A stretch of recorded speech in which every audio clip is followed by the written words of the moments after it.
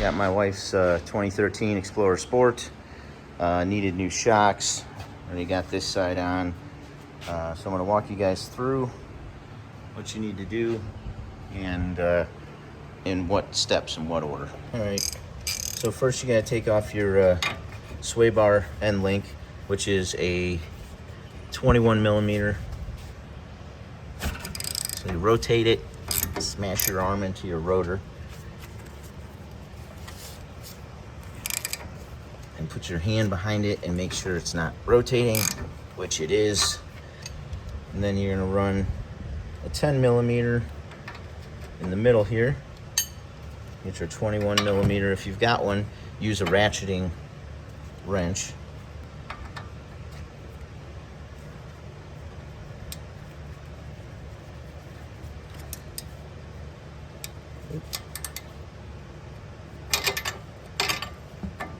And you're holding the middle, the stud, the bolt of the end link, while you rotate the nut.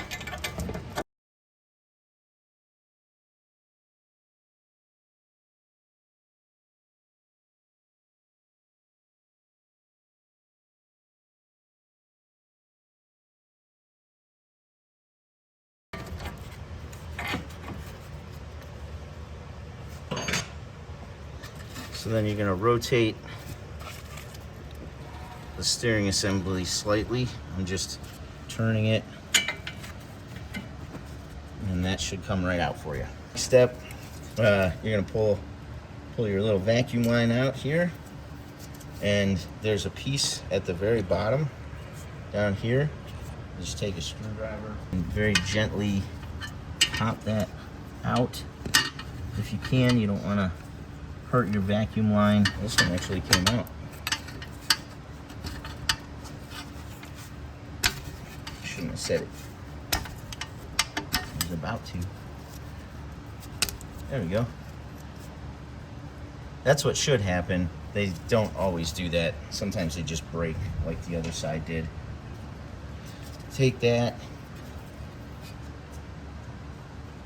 put a bungee cord around it so hold it down out of your way so you're not hitting it or smashing it on anything. And then we're going to take these guys off. 24 millimeter. You're going to need a deep well. You're probably going to need some type of extension or a cheater bar on it just to give you a little more leverage.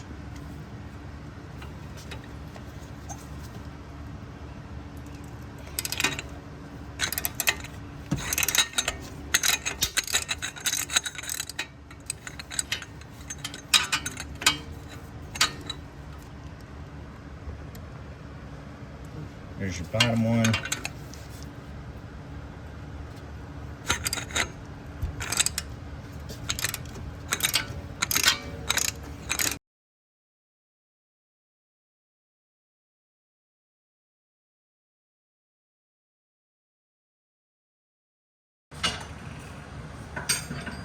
Goes off to the side, and you can tap these out now.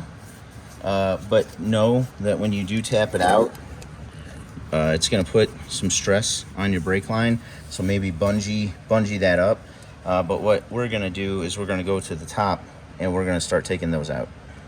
All right. So our top bolts should be 15 millimeter for you. Not a lot of torque on these.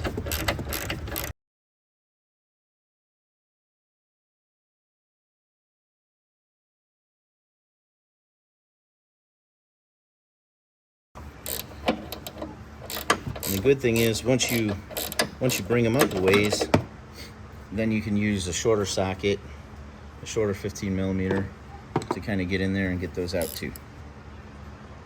So the one in the back here on both sides, you can get a small ratchet and a deep well in there. You just kind of got to push up on your foam pieces back here. But you can get in there with it. It's not super easy.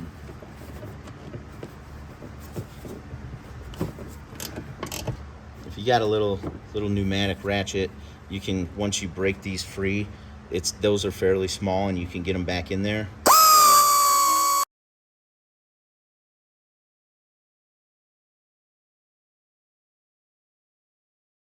Okay, so take a brass hammer, um, just tap these out.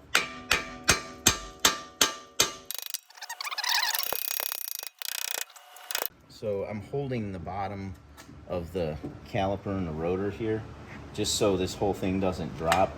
Like I said before, it's gonna put a little strain here. So if you're not comfortable with it, maybe bungee it up.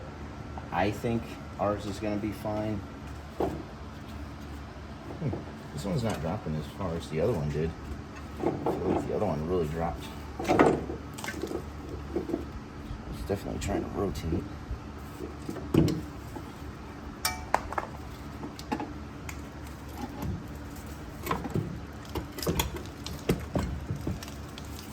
Didn't want to take it out that way, but that's okay.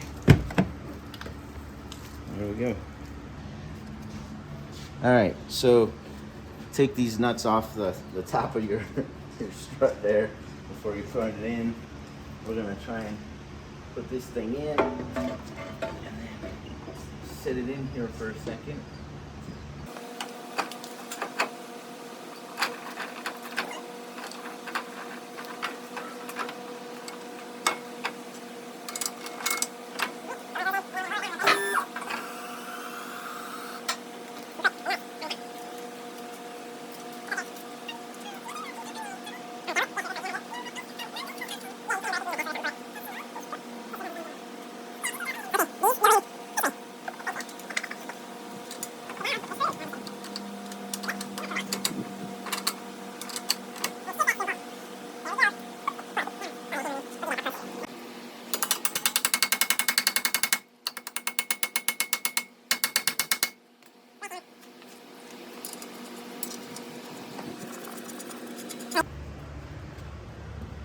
All right, just dab a little bit of, I always use just a little bit of red Loctite, not a lot. And that should help because these are not lock nuts. Your strut nuts are not lock nuts.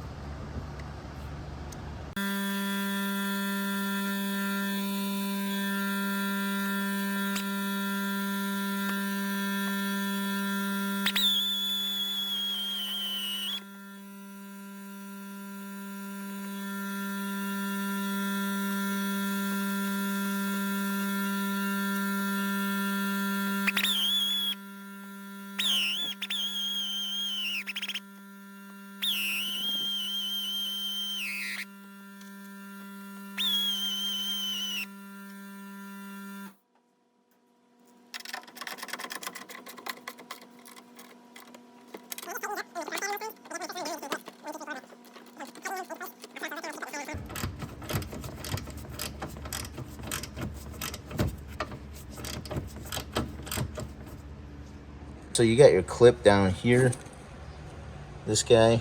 If you still manage to retain it, you can push that in down there. So that's cool. And then what we learned from doing the other side was that you want to leave your sway bar end link for the very last piece, because if you try and put it in when you're setting the strut and the spring assembly into place, it comes in at an angle. It's not efficient, it's not smooth. So I'm putting this stuff on now, and then I am going to put this on very last, and I'm going to rotate it just like we did before. So you're going to turn your wheel, and then literally that just slides right in there. It's so much better than doing it the other way when the strut's like still semi-floating. This just works so much better. And you don't need to use Loctite or anything because these are actually lock nuts, but you're still going to have to hold the middle probably. And if I would have thought about it, I probably would have just replaced these while we're doing this, but it's okay. So now you gotta just basically do a reverse version of what you did to begin with, and hold your stud while you're tightening the nut, and just tighten that until you get a nice good tight fit on these.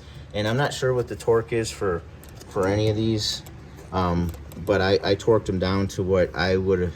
I didn't use my torque wrench, but I would imagine was probably 110, 90, somewhere around there, somewhere pretty close to it. So that's what I used for these guys, and there is Loctite on both of them. And then the top, I probably went to maybe 60 or 50 foot-pounds.